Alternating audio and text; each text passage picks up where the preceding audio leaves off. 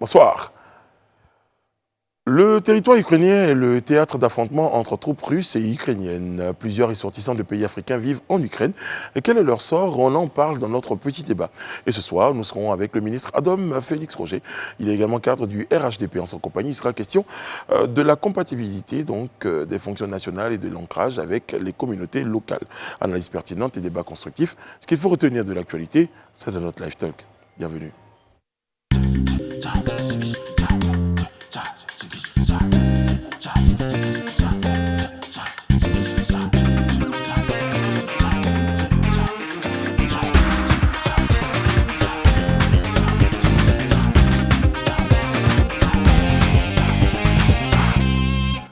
Oyez, on est très heureux d'être en votre compagnie. Merci de nous regarder tous les soirs sur les canaux 206 du Bouquet Canal, puis le numéro 6 de la TNT, c'est le Live Talk qu'on démarre à présent.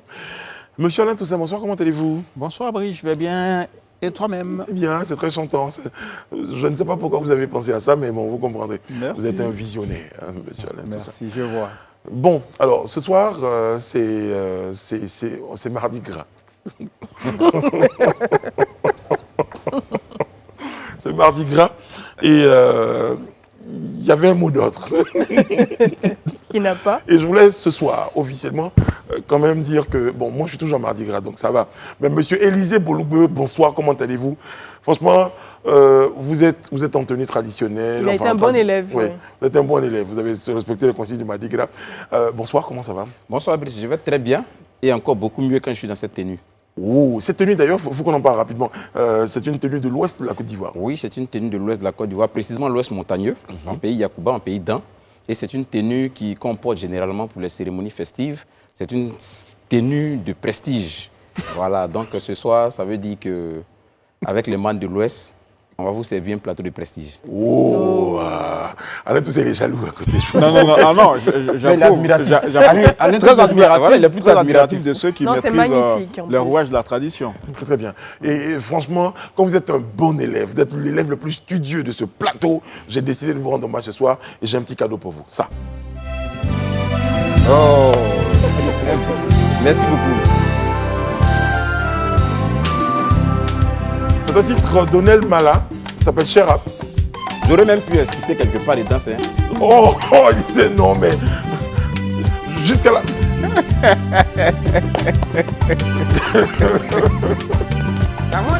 Merci, Élisée. Merci beaucoup. Il a porté pour nous deux. Mais laissez-moi commencer. Je suis de l'Ouest. Parce que la bleue dans l'histoire, c'est elle. Oui. Par alliance, bien sûr. Par alliance. D'accord. Alors, Madame Bleu, en saumon, Madame Bleu, c'est du bleu saumon. Je me dis, je ne peux pas dire Du bleu saumon. Je crois que les La daltoniens... moutarde. bleu moutarde. Non. C'est ça. Bonsoir, Madame Bleu, comment allez-vous? Très bien. Très, très bien. Et puis, pour vous particulièrement, ce soir, on a toute notre pensée parce que c'est votre anniversaire. C'est l'anniversaire de Madame Bleu ce soir. Merci beaucoup. Donc, la chanson, c'était pour vous aussi, quand même.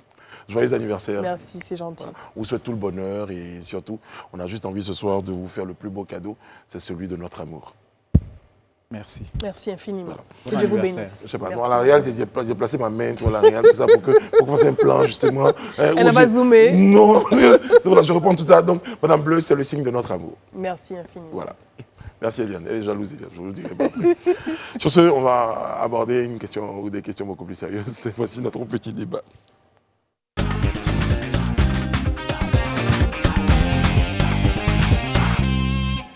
Je vous disais, je pense depuis le 24, j'en suis sûr, depuis le 24 février, les affrontements armés ont éclaté en Ukraine entre troupes ukrainiennes et russes.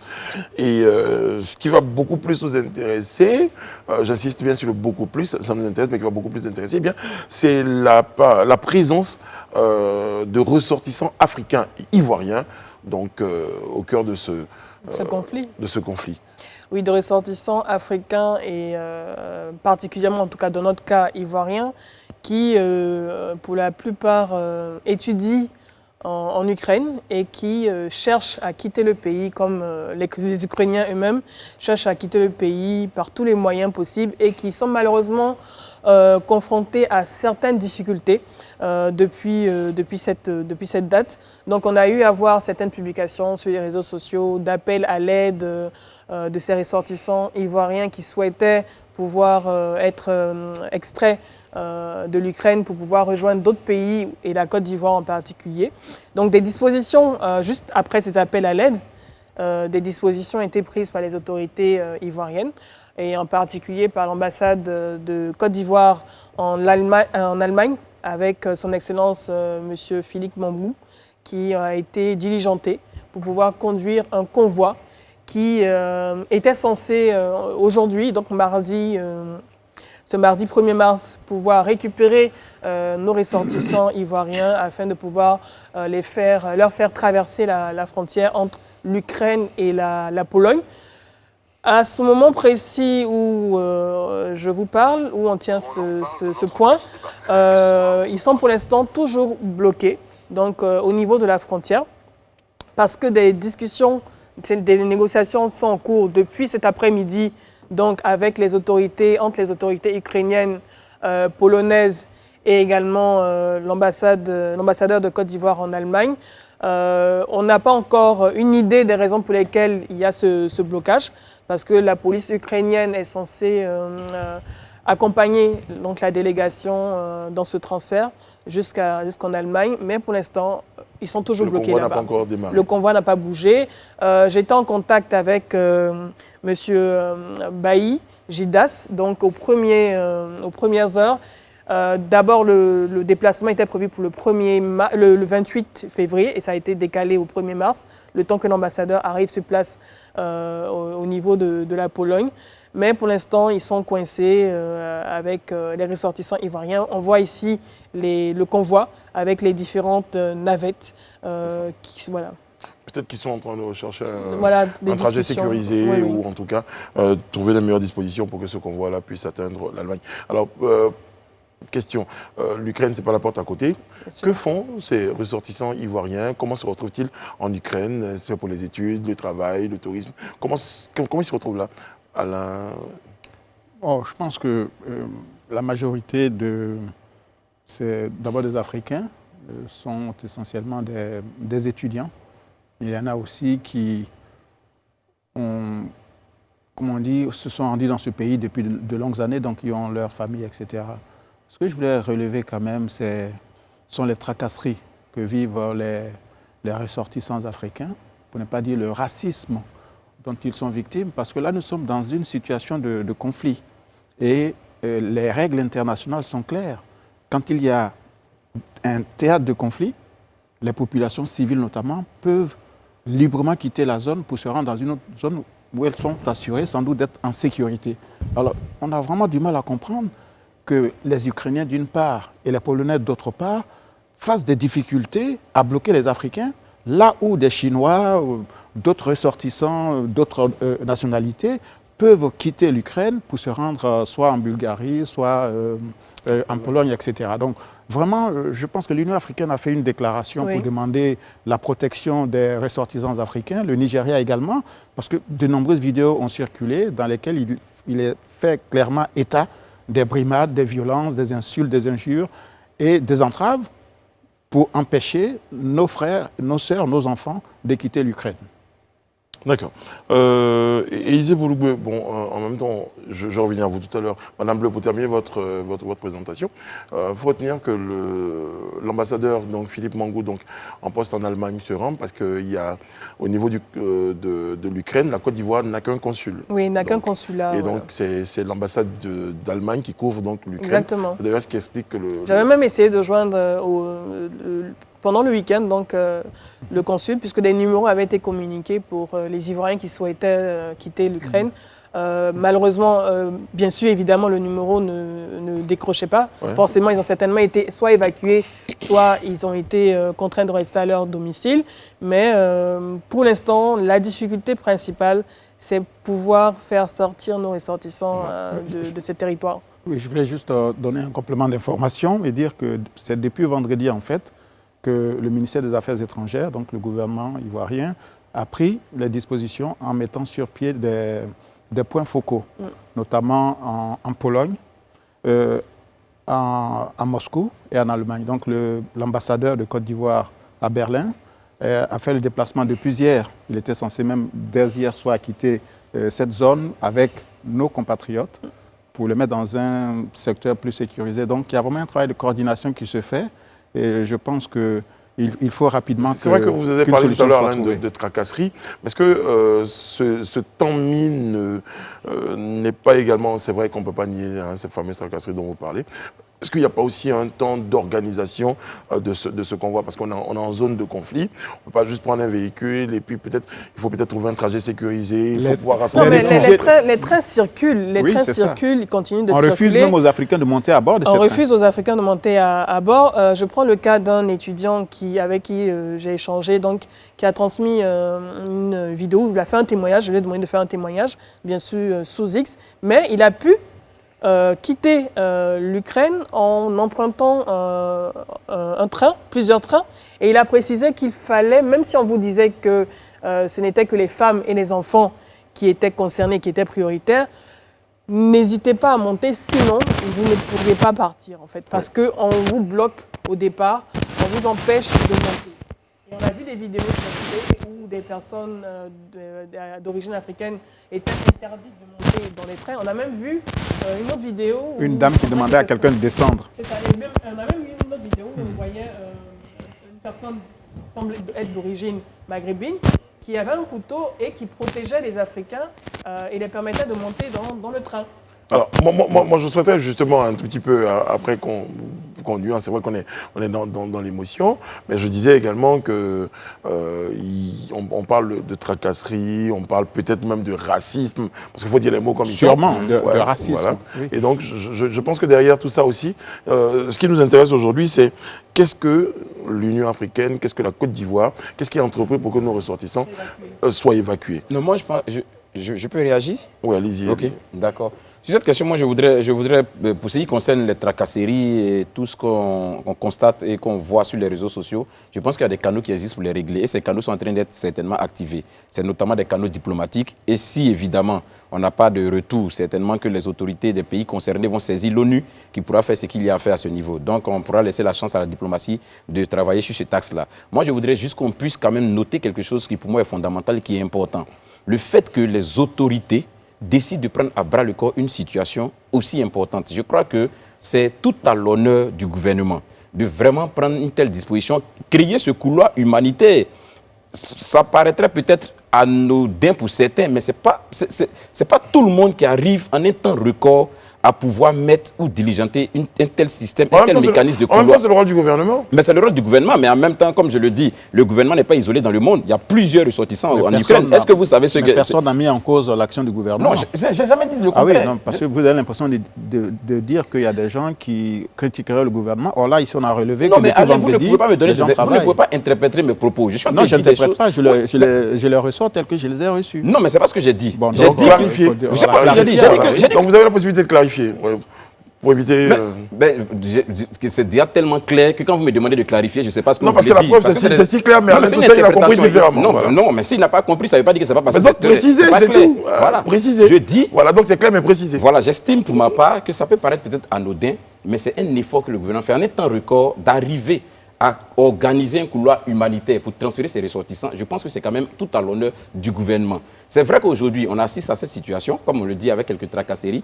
Depuis hier, le convoi aurait dû être déjà en chemin depuis la Pologne pour l'Allemagne. On constate que ce n'est pas le cas parce qu'il y a certaines tracasseries. Et comme je le dis, il y a certainement des voies pour pouvoir régler ça et ces voies sont en train d'être explorées, des voies diplomatiques. Si effectivement il y a encore des blocages, on pourra recourir à des instances plus élevées, notamment l'ONU et tout ce qui va avec. Mais ce qui est sûr, comme je le dis, c'est déjà un très bon pas. Et ça, c'est vraiment à l'honneur du gouvernement de le souligner, du fait qu'on décide, dans une telle situation, de mettre les bouchées doubles et d'essayer d'évacuer les ressortissants. D'aucuns peut-être penseront que c'est vraiment naturel, mais si on veut aussi regarder, avec tout ce qu'on est en train de constater aussi, avec tous les retours qu'on a, ce n'est pas aussi facile que ça. En tout cas, les efforts sont faits par le gouvernement. Dès les premiers signalements, dès les premiers appels à l'aide, je crois le lendemain, il y avait déjà une réaction du ministère des Affaires étrangères avec des contacts et tout. Donc, les efforts sont faits. Et moi, ce que je tiens également à relever, c'est la solidarité des Africains.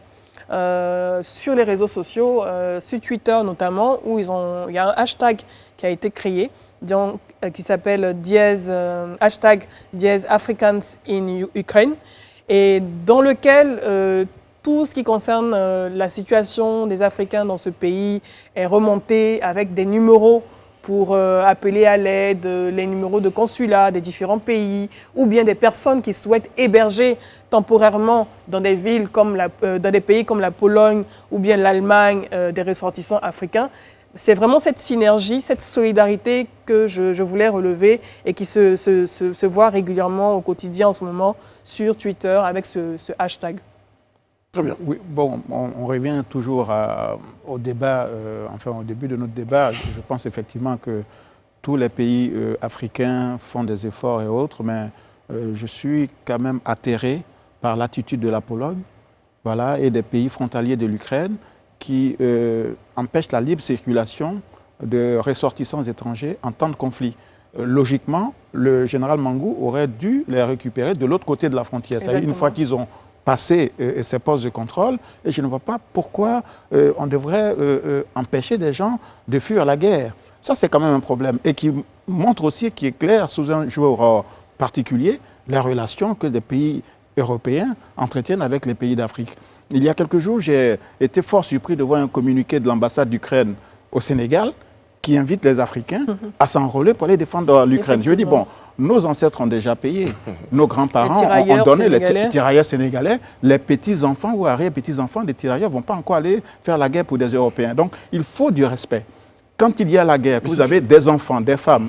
Enfin, je vais terminer parce que moi, cela me touche particulièrement. Vous savez, j'ai un fils dont les parents ont connu les camps de concentration, enfin les grands-parents. Donc, je vais dire, on n'est pas déshumanisé à ce point-là. Mais quand il y a la guerre, on l'a vu ici en Afrique, des Ivoiriens même qui ont quitté la Côte d'Ivoire par le Libéria, d'autres au Ghana, etc., on ne peut pas empêcher les gens de circuler. Et ça, il faudra qu'après ce point-là, l'Union africaine saisisse le gouvernement de ces pays, notamment frontaliers, pour clarifier nos relations avec eux. Parce qu'en vraie question à se poser, c'est qui empêche les Africains de sortir? Est-ce que c'est l'Ukraine qui empêche que les Africains sortent? Est-ce que la Pologne qui dit non, on ne peut pas les recevoir pour l'instant? Oui, ils ne peuvent pas les recevoir parce qu'il y a les règles de l'Union européenne, parce que vous savez qu'il y a cette histoire de visa, Schengen, etc. Oui. Donc, en même temps qu'on gère la crise humanitaire, on gère aussi des problèmes de circulation des citoyens. Donc, il va falloir un moment qu'on choisisse entre les deux urgences. Qu'est-ce qu'il y a lieu de faire? Mais il faut protéger les ressortissants africains. En tout cas, nos regards sont tournés vers l'Ukraine, où justement ce qu'on voit là, avec nos ressortissants, pour l'instant, n'a pas encore démarré. Donc notre souhait, c'est que ça puisse se faire dans les meilleurs délais pour que nos ressortissants soient en sécurité, eux et tous ceux qui ont envie de sortir de cette situation de conflit. Voilà ce qu'on pouvait dire concernant le point de la crise ukrainienne en ce moment et sur notre petit débat. Tout de suite, notre Que dit la loi, c'est maintenant.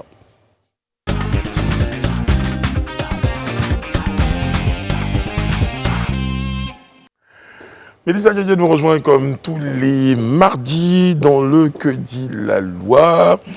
Et ce soir, on parle de reconnaissance. Bonsoir Mélissa, comment allez-vous? Reconnaissance de l'enfant ce soir dans notre Que dit la loi. Il faut reconnaître les enfants. C'est important. Je pensais que c'était naturel en plus. Oui, donc aujourd'hui, on va parler de reconnaissance de l'enfant. Donc suite à notre numéro sur la déclaration de naissance, etc., on a eu plusieurs questions sur la reconnaissance de l'enfant. Je me suis dit pourquoi on n'en parlerait pas aujourd'hui. Donc la reconnaissance, c'est la suite. C'est qu'on établit la filiation, donc le lien entre je reconnais, admettons si j'ai un enfant, je reconnais que je suis la mère, tu reconnais que tu es le père. Par exemple, si on a un enfant de toi et moi.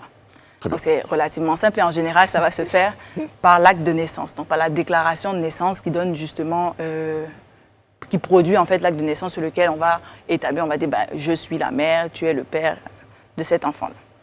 Donc pour les parents mariés, je pense qu'on l'a vu dans différents numéros, pour les parents qui vont être mariés, ça va se faire de manière plus ou moins automatique de par la loi, cette reconnaissance est plus ou moins automatique. Donc la femme, de par le simple fait de donner naissance, le lien va être directement établi. Donc, on reconnaît que cette femme-là est la mère de cet enfant-là.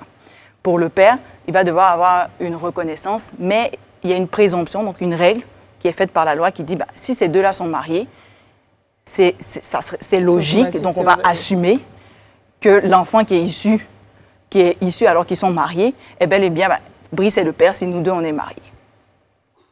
Maintenant, pour les parents qui ne sont pas mariés, donc soit qui vivent en concubinage ou qui ne sont pas du tout ensemble ou qui ne sont plus ensemble. Je suis le père, pardon Mélissa, je suis le père jusqu'à preuve du contraire. Jusqu'à preuve du contraire. Ouais. C'est un peu plus technique que ça, mais oui, jusqu'à preuve du contraire. D'accord, ok. Donc ensuite, pour les parents justement qui ne sont pas mariés, donc la mère, c'est automatique encore. Une fois que tu donnes naissance, on va reconnaître le lien de filiation, ça va se faire automatiquement. Mais ça ne veut pas dire qu'il n'y a pas de procédure à faire. Hein. Ça ne veut pas dire qu'il faut rester sur son lit d'hôpital et puis aller faire la déclaration d'acte de naissance. Il y a quand même des procédures à faire. Même par la loi, on va reconnaître, la filiation va être automatique. Pour le père, il va falloir reconnaître, donc soit par un acte de reconnaissance ou par justement la déclaration de naissance, pour la plupart du temps. Maintenant, la question qui est revenue, c'est est-ce qu'on peut forcer un père à reconnaître la paternité? La réponse, c'est oui. Ah ouais. Ok. La réponse, c'est oui. Et cette action-là appartient à l'enfant. Mais lorsqu'il est mineur, elle va pouvoir être exercée par la mère de l'enfant pour évidemment l'intérêt de l'enfant. Donc, ça va être les questions, on va ouvrir l'action pour les cas d'enlèvement ou de viol, pour les cas où il y a eu abus d'autorité, séduction ou promesse de mariage qui a donné suite à une relation sexuelle.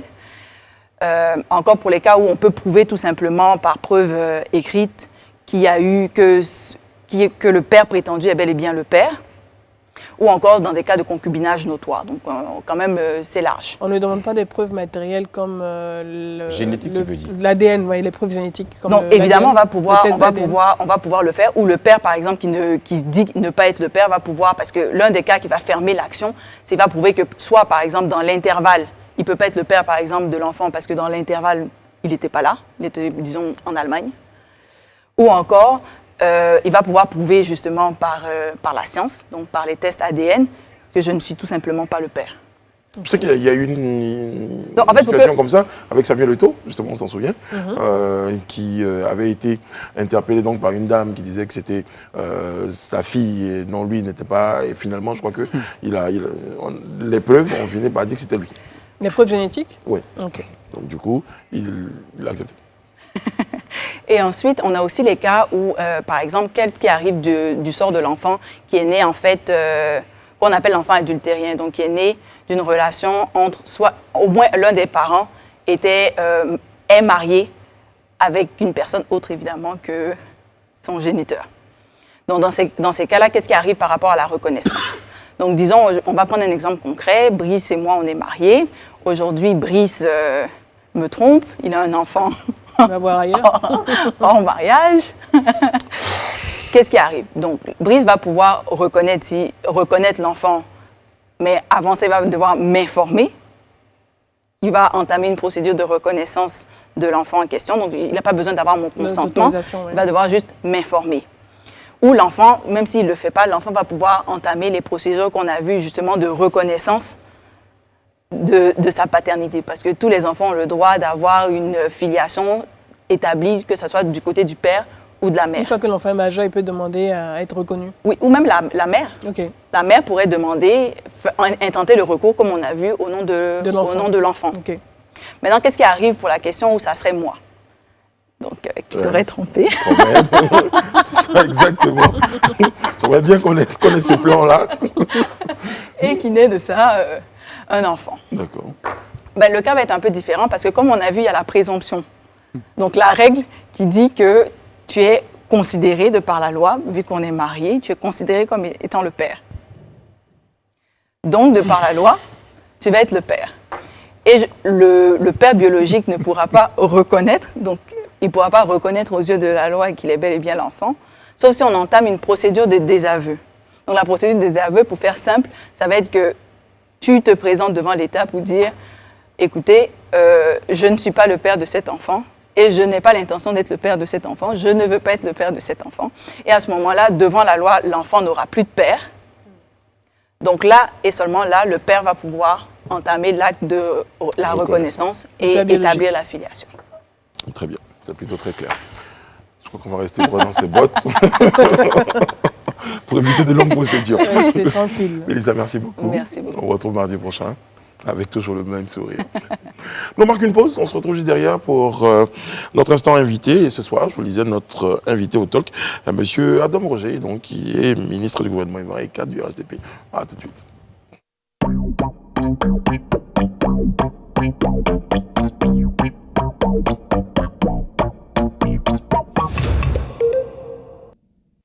sommes de retour sur le plateau du Live Talk, c'est notre instant invité. Nous allons à présent le rejoindre.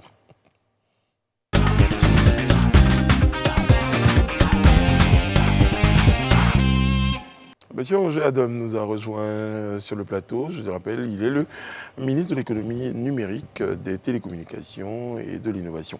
Il est également cadre du RHDP. Bonsoir, monsieur Adam. Bonsoir, Brice. Comment allez-vous? Je vais bien, et vous? Merci, bonne année.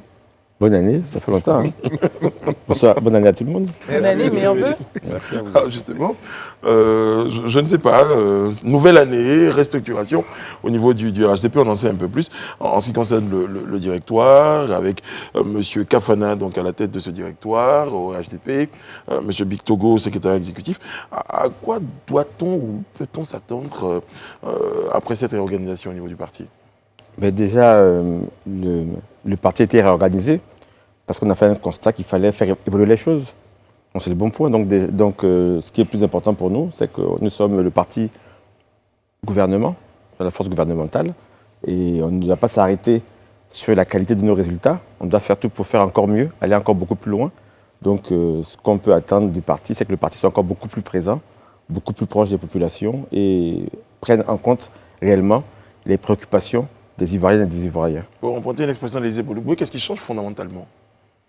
Mais déjà, ce qui change fondamentalement, il y a déjà de nouvelles têtes. Au niveau du directoire, c'est une nouvelle tête. Et puis, Nouvelle tête? qui c'est quand même une nouvelle tête à la tête du directoire. Il est quand même dans le parti depuis bien longtemps et c'est vraiment un membre fondateur. Et ensuite, il y avait une direction exécutive qui était aujourd'hui transformée en secrétaire exécutif. Voilà, avec le ministre Big Togo, qui est à sa tête, et puis tous des secrétaires adjoints, des secrétaires nationaux. Donc ça, c'est une articulation. Après, on verra sur le terrain avec le temps ce que ça va donner.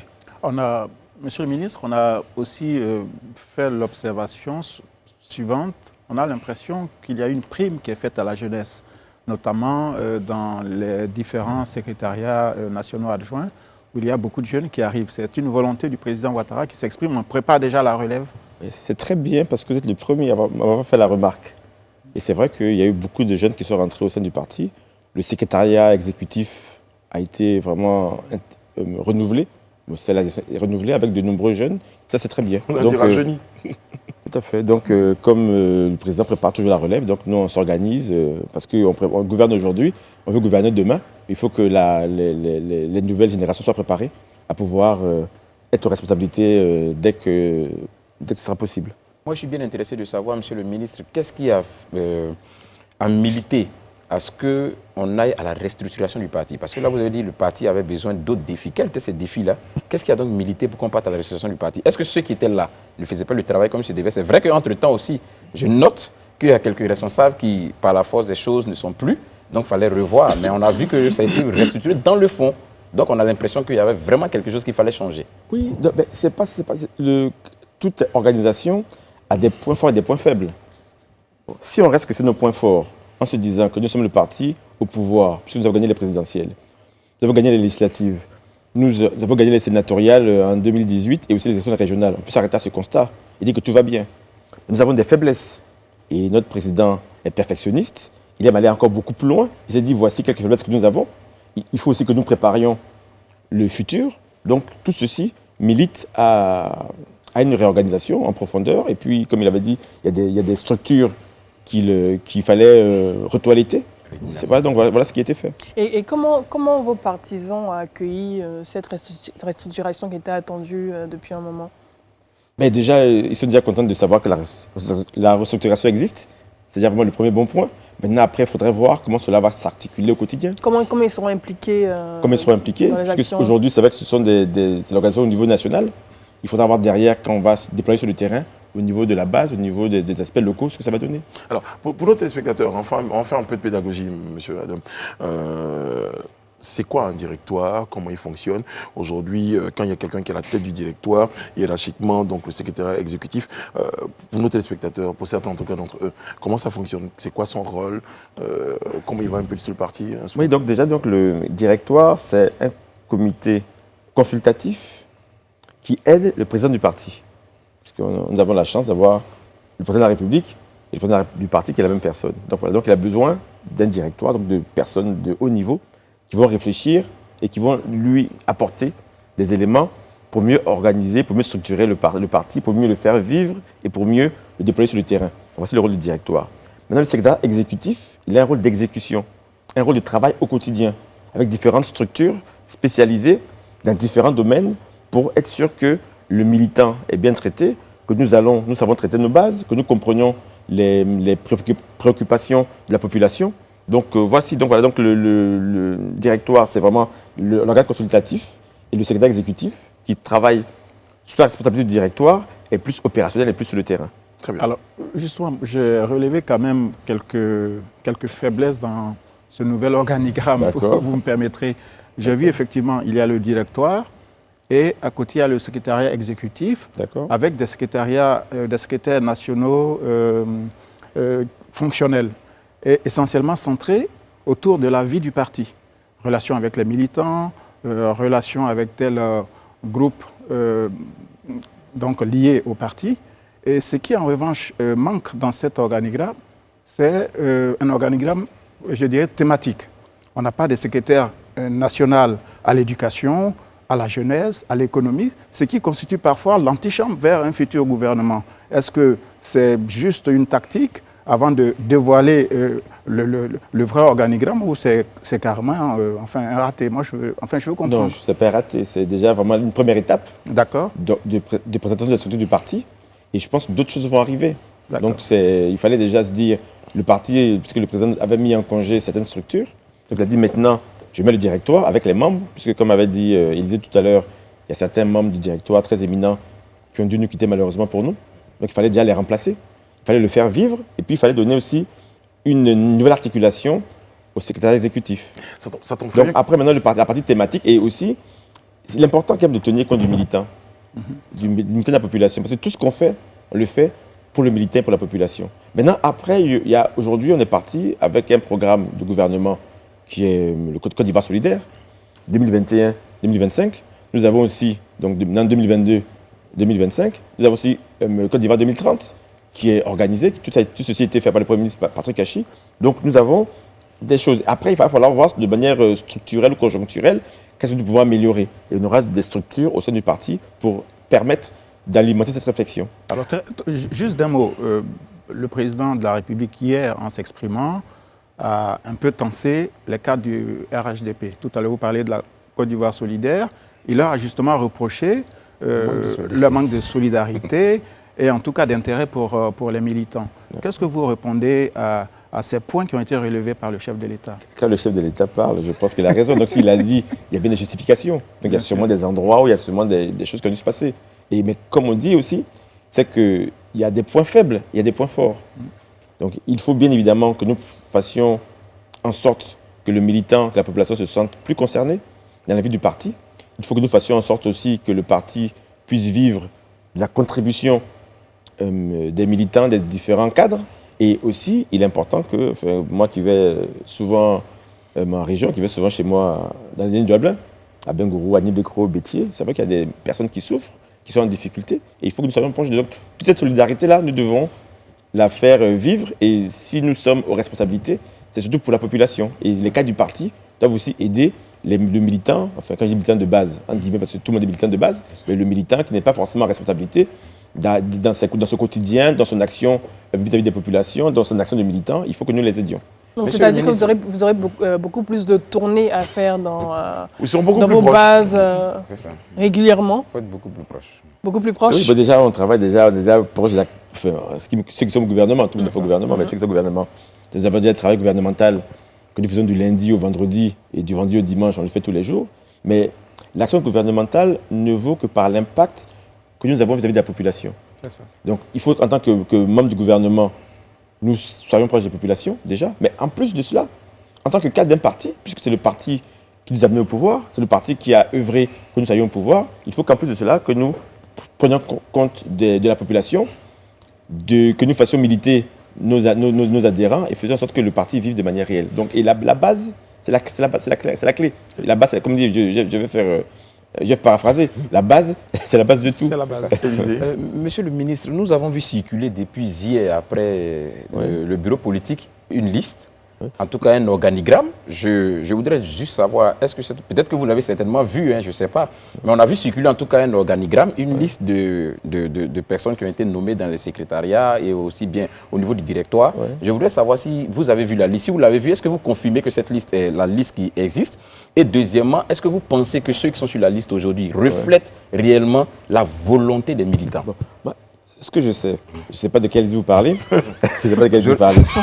Mais moi, en ce qui me concerne, Oui, exactement. comme j'étais présent, étant membre du conseil politique, donc pendant la séance, le président du directoire, le ministre d'État Kafana, nous a lu la liste des membres du directoire avec le président, le premier vice-président et la deuxième vice-présidente, et puis les membres du directoire. Donc ils sont 40, si mes souvenirs sont bons. Et puis après, il nous a lu la liste des membres du secrétariat exécutif, des secrétaires exécutifs adjoints et des secrétaires nationaux. C'est de cette liste dont vous parlez. Vous parlez de cette C'est de liste? cette liste que je Très parle bien, justement. on est d'accord. Donc, quelle est la question? La question c'était de savoir si vous confirmez déjà cette liste, donc je vois que vous la confirmez, parce c'est que c'est celle le que même j'ai nombre vue. aussi, c'est le même nombre que j'ai vu. D'accord. Maintenant, est-ce que vous pensez que cette liste, objectivement, Oui. répond aux attentes des militants? Oui, elle répond à certains des militants aujourd'hui, mais après, on va le prouver. Parce qu'il y a une promesse qui est faite.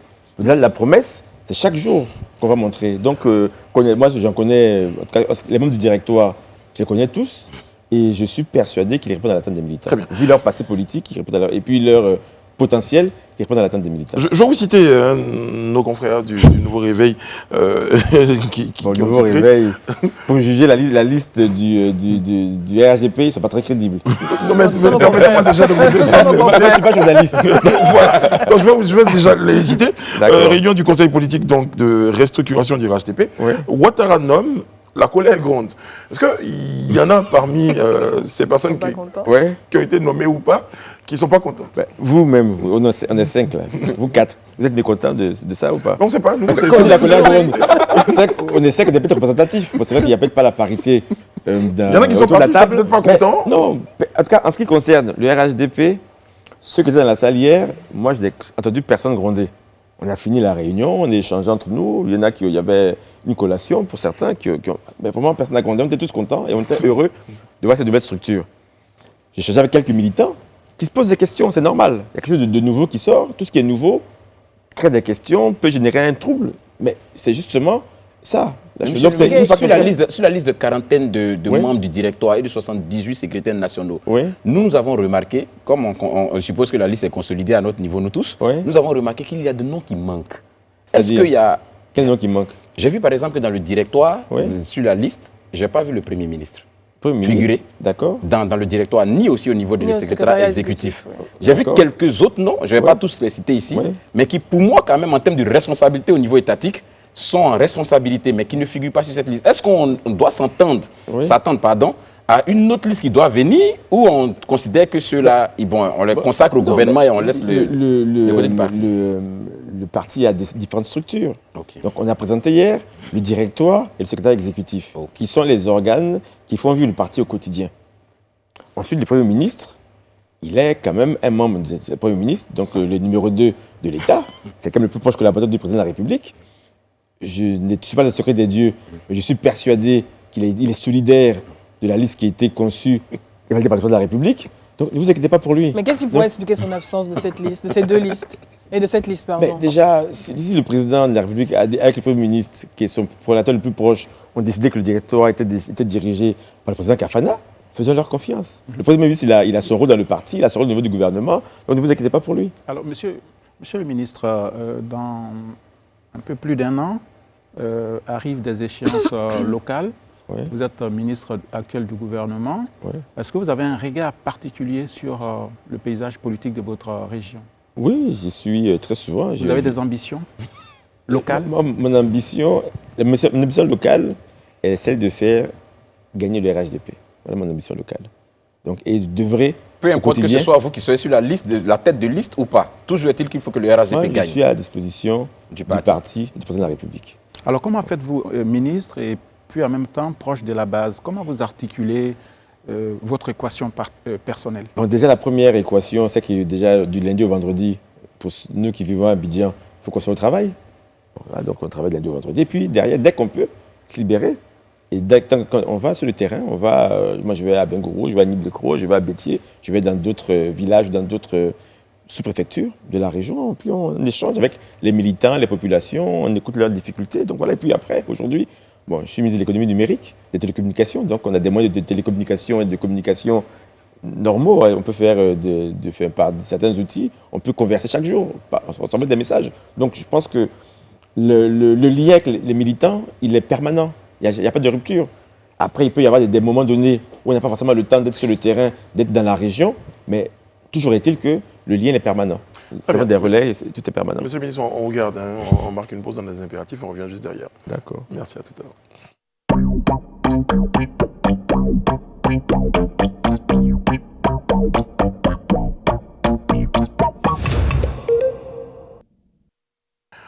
Nous sommes de retour sur le plateau du Live Talk. Vous nous regardez et tous les soirs, et vous êtes de plus en plus nombreux à le faire. On vous dit merci. Merci d'être plus nombreux, merci d'être fidèles. Merci de choisir ce rendez-vous-là sur la télé préférée des Ivoiriens. Donc Live TV, parce que nous donnons la parole aux Ivoiriens, parce que nous parlons sans filtre. Et ce soir, en notre compagnie, à notre côté, nous avons Monsieur le ministre Adam Roger. Donc vous êtes cadre du RHDP. On a parlé donc dans la première partie de nos entretiens donc de la restructuration au niveau de ce parti, avec le directoire, avec le secrétariat exécutif. Élisée Boloubo, juste avant la pub, avait une question. Il a insisté. Oui. Monsieur le ministre, vous êtes ministre de la République, c'est-à-dire vous êtes au service de tous les Ivoiriens, et aussi vous êtes cadre du RHDP. Comment on arrive à enrober tout ça dans une circonscription électorale ou dans une circonscription locale? En même temps qu'on est ministre, c'est-à-dire dans le service de tous les Ivoiriens, en même temps on est cadre d'un parti. Comment on arrive à créer cette équation au niveau local? Déjà, ministre de la République, donc ça ne se discute pas, c'est facile. Ensuite, au niveau local, il faut être sur le terrain, il faut discuter avec les gens, il faut écouter leurs préoccupations, que la personne avec laquelle on discute soit sympathisante du RHDP ou pas, peu importe, on discute. Et comme dit le président, il veut de la solidarité, il veut de la proximité. Donc on écoute ceux qui croient en nous, on écoute ceux qui croient moins en nous, parce que ceux qui croient moins en nous se trompent. Donc il faut faire en sorte qu'ils viennent du bon côté. Vous voulez nous dire qu'on va au-delà des militants, c'est-à-dire on parle avec tout le monde, tous les Ivoiriens. C'est pas bon, on parle avec tout le monde, on parle avec chacun, il y a besoin des préoccupations, des gens des problèmes, donc il faut les écouter, qu'ils soient de notre bord ou pas. Après, il faut, c'est vrai, qu'on apporte une attention particulière à nos militants, parce qu'en tant que parti politique, il est impératif pour nous que nous restions en responsabilité. Mais au-delà de ça, il y a nos militants qui sont intéressants, mais à toute la population, il faut parler à tous les Ivoiriens. Ça passe par quoi? Par des réunions, vous vous rendez dans les marchés, vous faites du porte-à-porte, en termes d'action politique, ça passe par quoi? Bon, la première chose déjà, déjà le week-end, c'est de rencontrer des groupes constitués, pour constituer différents groupes avec lesquels on échange. Et puis après, on peut aller on peut aller voir les gens, on peut aller les rencontrer chez eux. Et puis il peut y avoir aussi des fois des sinistres, des gens qui ont des difficultés, qui ont des sinistres, avec lesquels on va discuter. Il y a d'autres aussi qui organisent des manifestations, pour lesquelles il faut faire des parrainages, des patronages. Donc c'est un tout, c'est un mix. Est-ce que par exemple, vous, dans votre cas, là en ce moment, le sujet d'actualité, c'est la vie chère. Est-ce que vous avez été au contact de vos populations? Est-ce qu'on vous a parlé de la vie chère? Est-ce que vous avez proposé des explications, des solutions? Prenons ce cas précis, par exemple. Le cas de la vie chère, c'est un très beau cas, parce que quand on regarde ce qui s'est passé, et quand on fait des comparaisons de prix, je pense que l'affaire est un peu montée. Vous êtes parti manger de la ticket avec les populations pour leur prouver que vous êtes proche? J'ai pas eu l'honneur d'être à Yab avec le Premier ministre, mais ça aurait été avec plaisir. Et bon, quand j'ai mangé la ticket avec la population, je n'ai pas les caméras. Donc voilà, mais ça oui, moi j'ai la proximité, moi j'ai aucun problème pour manger avec toute personne à tout endroit précis. Tant qu'il n'y a pas trop de piment, parce que j'ai du mal avec le piment. Alors, monsieur le ministre, tout à l'heure, vous parlez des préoccupations des populations. On observe que le pays est en chantier. Dans votre région, quelles sont les préoccupations qui vous remontent très souvent des populations en éducation, santé, culture, etc. Que vous disent les habitants? C'est un tout. Déjà, la première chose, les premiers besoins, ça va autour de l'éducation, de la santé, de l'électrification, de la discussion d'eau, du bitumage des routes. Après, nous sommes dans une région agricole où il y a le prix des matières premières, le coût des matières premières, le prix des matières premières, le cacao, café, un peu plus cacao, l'EVA. Donc c'est vraiment ça les préoccupations. Et les populations ont besoin de sentir une présence du gouvernement, une écoute du gouvernement. Ils savent que nous avons réglé beaucoup de choses, nous avons apporté beaucoup, mais nous ne pouvons pas tout régler. Donc nous avons besoin de temps pour le faire. Mais surtout l'écoute, c'est vraiment la proximité, c'est vraiment le plus important. Est-ce que vous avez le sentiment, par exemple, qu'aux dernières élections législatives, la population a rendu au gouvernement cette contrepartie?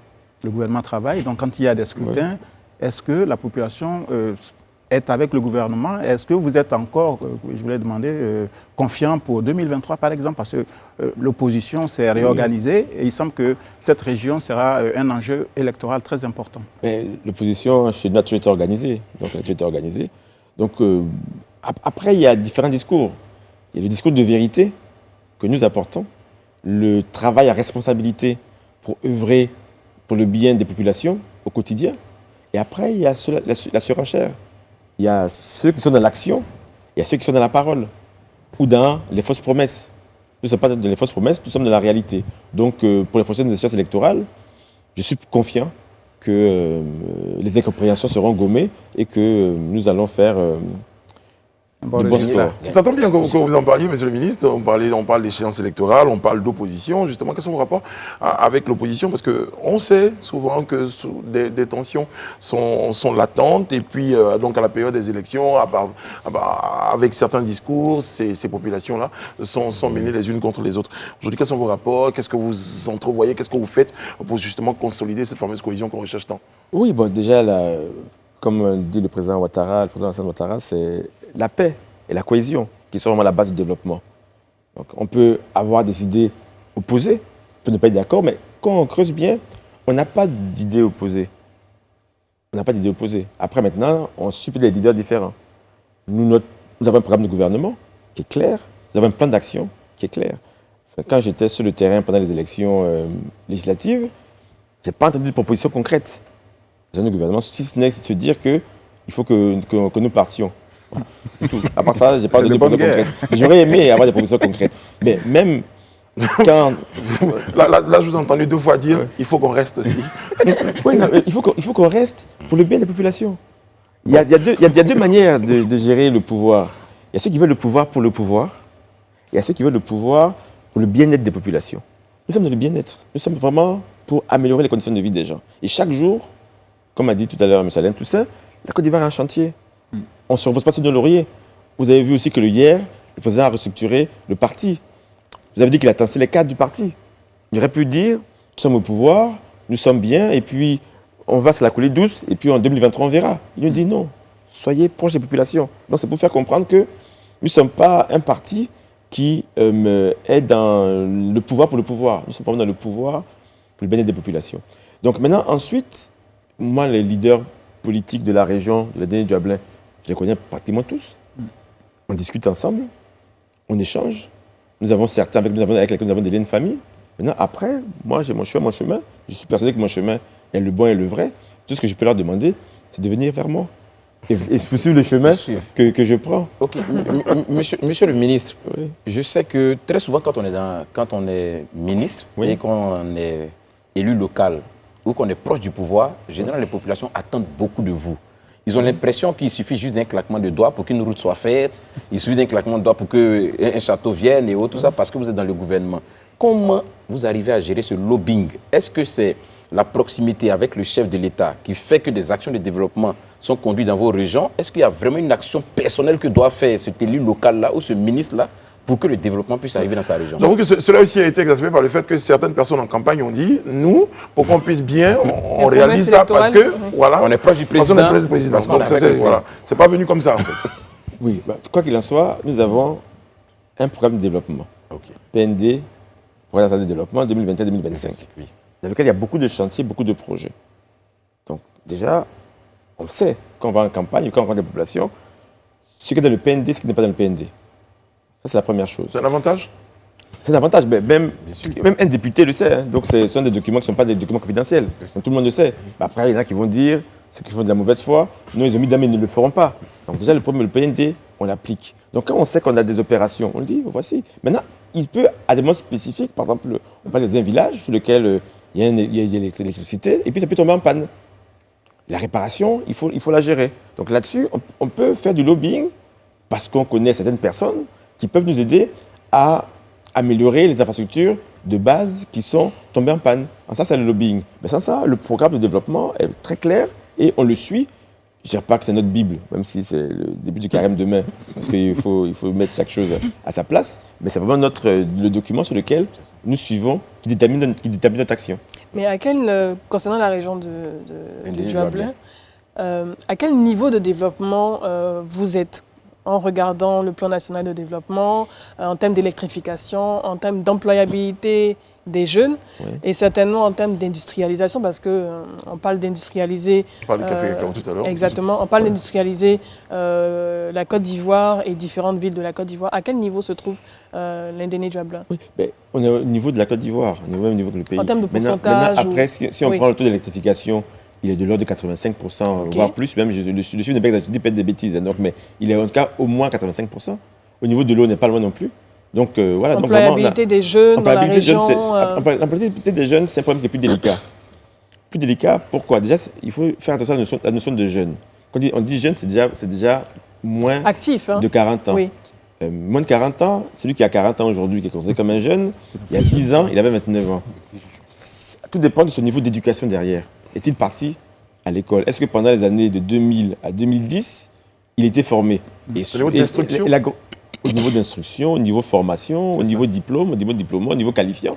Et souvent, le gros problème d'employabilité des jeunes est souvent dû au manque de formation ou bien aux difficultés que nous avons eues pendant 2000 ou de 1995 à 2010, où l'école n'a pas suffisamment formé. Et aujourd'hui, on se retrouve avec des personnes qui n'ont pas un niveau de formation adapté aux enjeux de la Côte d'Ivoire d'aujourd'hui, et ils ont du mal à trouver de l'emploi. Et comment vous faites pour rattraper dans la région Sereta, par exemple, avec quel type de formation? Quoi qu'il en soit, il n'y a pas de politique régionale.